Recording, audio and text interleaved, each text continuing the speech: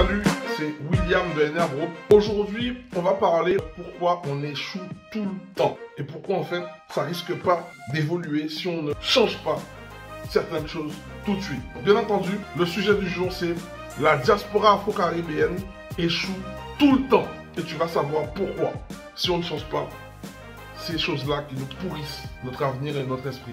Comme tu le sais, depuis 2008, j'ai quitté la Guadeloupe pour des études et surtout parce qu'on m'a vendu la France comme étant le nouvel Eldorado. Arrivé ici, je peux te dire que les Antilles n'ont rien à envier à la France. Tu comprendras en fait que c'est la mentalité. Parce qu'en fait, en France, il y a plein de choses à faire, mais si on quitte la Guadeloupe avec la même mentalité qu'on avait en Guadeloupe et on vient en France, tu risques pas d'attraper grand-chose. Moi, quand je suis arrivé, oui, j'avais le mal du pays, je me suis rapproché des miens. Mais ça me faisait penser aussi aux Antilles. Et je me suis rendu compte qu'en traînant avec tout le temps le même cercle d'amis, nos sujets de discussion n'étaient pas très élaborés, c'était pas des choses qui pouvaient nous permettre de prétendre à plus. J'entends par là parce qu'on allait souvent en soirée et nos sujets de discussion étaient beaucoup basés sur la critique. On ne s'accordait pas en fait l'opportunité de rêver. Moi j'ai toujours été attiré par le business et souvent quand j'étais avec mes amis, je me souviens que même en étant en soirée, chaque fois tout était une opportunité pour moi de parler de business. Par exemple, on va en soirée et je faisais le calcul du nombre de personnes qu'il y avait dans la boîte et je rapprochais ça au ticket d'entrée qu'ils nous demandaient. Et je disais, ah ouais, tu penses que le mec de la soirée, il fait des sous, toi, tu penses que c'est rentable pour lui? Bref, en fait, c'est toutes ces petites choses que j'ai toujours été curieux à savoir comment les gens font pour monter des business rentables et florissants, tu vois. Et je me suis rendu compte, ben, quand j'ai lâché mes amis, en tout cas du début, par la force des choses, parce que ben, nos routes se sont séparées, je me suis intéressé à d'autres groupes d'amis. Donc j'ai commencé à traîner avec des Asiatiques, j'ai commencé à traîner avec des personnes qui n'étaient pas du tout français. Et je me suis rendu compte d'une chose, que ces personnes-là, qui n'avaient même pas la langue française comme atout, allaient 2 fois plus vite que nous, alors que nous étions des francophones. C'est-à-dire, je me souviens que, par exemple, mon cercle d'amis, quand j'étais en stage de fin d'études, j'avais une amie asiatique qui, elle était en France, en tout cas, ses parents étaient en France depuis 5 ans.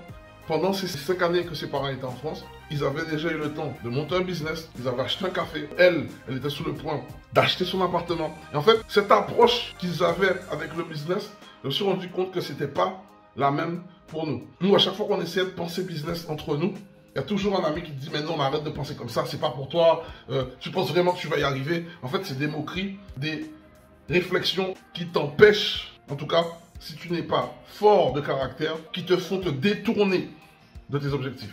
Par exemple, en parlant de ça, ça m'amène à vous parler de ce truc-là. Comme tu le sais, depuis 2018, j'ai créé ma chaîne YouTube. Au travers de cette chaîne, j'explique justement comment j'ai fait pour quitter le salariat grâce à l'immobilier. Et pourtant, tu verras que très peu de membres de la communauté caribéenne qui sont venus justement me donner la force, qui sont venus me donner la motivation. Par contre, ce sont les premiers à pouvoir critiquer, à faire des posts, à faire des vidéos en me traitant d'arnaqueur, en me traitant de ci ou de ça. Quand on met de l'énergie pour bâtir quelque chose ou pour créer, ce sont les premiers à critiquer. Tant qu'on va rester dans ce modèle, ça sera très très difficile de pouvoir aspirer à plus. Parce que j'ai juste envie d'expliquer un truc. C'est facile de rater lorsqu'on essaie d'entreprendre quelque chose. C'est facile de ne pas rater du moins lorsque on ne fait rien. À bon entendeur, salut. Et je trouve ça dommage que sur ce point de vue-là, on ne soit pas en fait hyper communautaire, on ne sait pas se motiver entre nous et on ne sait pas propulser ou aller avec cette personne-là, cette personne qui a l'initiative pour nous permettre aussi de grandir.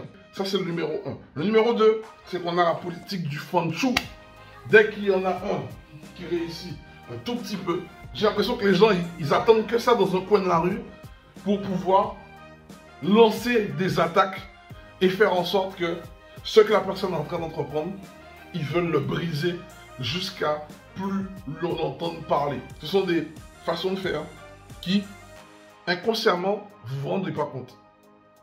Tous ceux qui pratiquent ça, s'ils avaient envie de construire quelque chose, comme ils savent que eux-mêmes le font aux autres qui veulent construire des choses, ça les empêche de créer des choses eux-mêmes. Je dirais que pour nous sortir de cette mauvaise passe, il faut vraiment qu'on table sur la possibilité ou on table vraiment sur l'ouverture de notre esprit afin de favoriser ce type d'action. Moi, le message que je veux faire passer au travers de cette chaîne YouTube, au travers les immersions que je fais tous les dimanches, ok, tous les dimanches je suis sur le terrain, et c'est ma contribution pour la communauté. Apportez votre pierre à l'édifice. Si vous voulez créer, créez aussi à votre niveau. Mais la critique facile ne nous aidera jamais à évoluer. Et surtout, la sorcellerie. On est fort dans la politique du fais-moi de mal. Si on concentrait toute cette énergie-là dans de la création de richesse, je peux vous assurer que la diaspora afro-caribéenne, on serait les #1 à l'échelle mondiale parce qu'on a une grosse capacité à durer pendant la douleur. Ceux qui réussissent, ce n'est pas les plus intelligents, ce n'est pas les plus forts, ce n'est pas les plus beaux, ok? Ce n'est pas les plus riches, c'est ceux qui n'abandonnent jamais. Je voulais partager ça dans cette vidéo, donc dis-moi ce que tu as pensé. C'est un peu trash comment je l'aborde, mais des fois, il faut un peu changer de caractère, il faut bousculer pour voir comment tout le monde agit et voir si vous êtes d'accord avec ce que je dis. Donc j'attends tes commentaires sur cette vidéo et si ça t'intéresse justement de suivre un mouvement, de suivre une communauté qui a envie de se lever le matin, qui a envie de se défoncer et dont il n'a pas envie de dormir mal ou d'être en stress, à savoir que l'économie tienne leur pouvoir entre les mains, eh bien écoute, je t'invite à nous rejoindre dans des immersions qu'on donne le dimanche. Tu verras en cliquant sous cette vidéo en description la possibilité de t'inscrire à notre prochaine immersion où on va parler d'immobilier. Ou l'immobilier, tu pourras avec l'immobilier te créer un certain système qui va te permettre de te générer des compléments de revenus et qui va te permettre justement d'augmenter ton pouvoir d'achat dans cette période économique qui s'annonce très dure. Ok? Donc sur ce, avant de te quitter, je t'invite à cliquer sur cette vidéo, à t'abonner, à mettre un pouce bleu pour que l'algorithme YouTube puisse nous permettre de mieux référencer nos vidéos et surtout pour nous aider à passer les 10 000 abonnés d'ici le premier trimestre 2023. Ok? Partage si cette vidéo a du sens pour toi et surtout partage si tu veux que la communauté afro-caribéenne monte en puissance. Sur ce, je te dis à très bientôt. C'était William de NR Group. Ciao.